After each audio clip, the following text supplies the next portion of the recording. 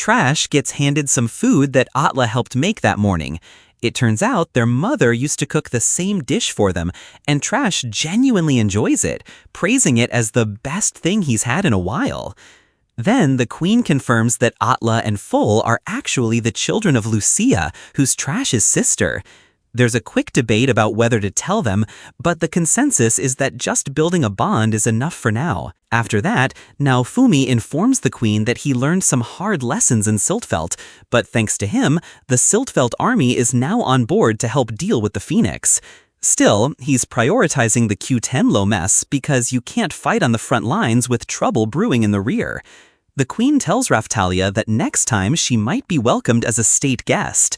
Then Naofumi and the company head back. Upon returning, Naofumi starts figuring out who's going to Q10.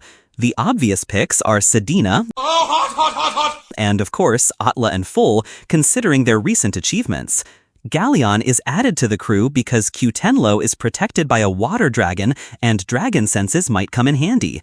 Windia wants to join, but she's told that guarding the village is just as important. Erhard, the blacksmith, wants to come along. Apparently, he's recognized the weapons from a recent attack as the work of his long-missing master, so this trip might be his chance to find him.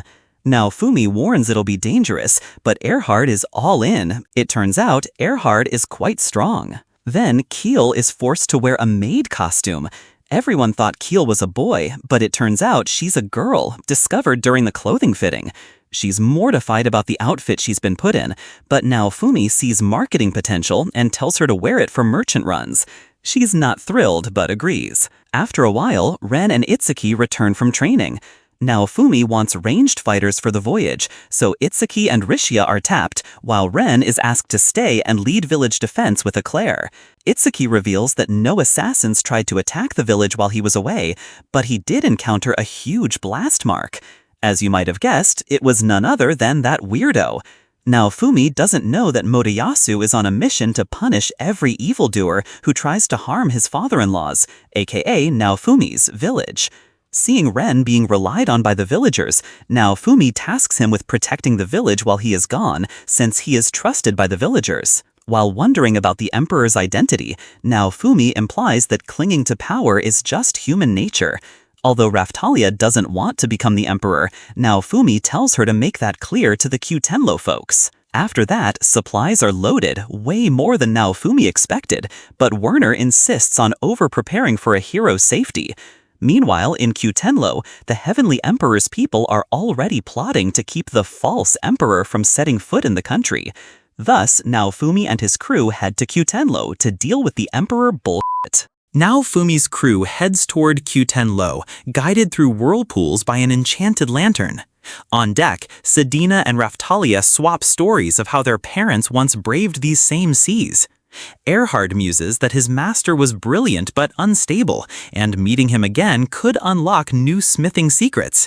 Galleon informs them that he senses a dragon in the far distance but was unable to get closer due to a barrier. As they approach Q10's waters, a thick fog settles, and Naofumi warns there won't be a peaceful landing. Sure enough, something hurtles toward them from the mist, a ship full of assassins sent by the Emperor. The enemy vessel collides with Naofumi's ship, and an all-out brawl begins. Just as Naofumi suspected, the Cardinal Hero's weapons are ineffective against these assassins. Sedina leaps into the fray to help. And who said Shield Hero went bad after Season 1? Tell them to watch this scene alone, and they might change their opinion. Stop it. Get some help. Anyhow, Naofumi's crew continues to fight off the assassins and minimize the damage. Naofumi joins in to take them out. With their combined effort, they manage to fend off the attackers. Just as the assassins try to self-destruct, Naofumi uses Shield Prison to prevent any damage. By the way, they realize how reckless that ambush was. Only by choosing to attack amid these deadly currents could the Heavenly Emperor's assassins hope to stop them. Just as things start to settle down, a sudden and unnatural water vortex appears and pulls Naofumi and Raphtalia into it. Both Galleon and Sedina also jump in. When they finally break free of the vortex, everyone stands shaken but unharmed. Then they learn that the water dragon has brought them here. After touching a fragment of a dragon emperor, Galeon discovers the water dragon's wish that Naofumi restore the country to its true form, for the current regime is corrupt. It turns out this nation's ports were locked behind an immense barrier to protect the Spirit Division's court guards, elite figures meant to check any hero who might abuse a spirit weapon's power. The Spirit Division developed a pacifier system centuries ago to regulate and suppress heroes who might misuse legendary or vassal weapons. The Spirit Division and court guards are deeply tied to why the Cardinal Hero's weapons struggle against Q-Tenlo's assassins. But there's another hurdle. The barrier is still controlled by the Heavenly Emperor, trapping Naofumi's ship in endless circles near Q-Tenlo's shores.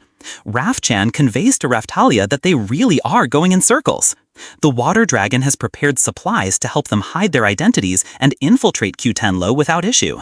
Thus, Raftalia finally reaches her homeland, Q-Tenlo.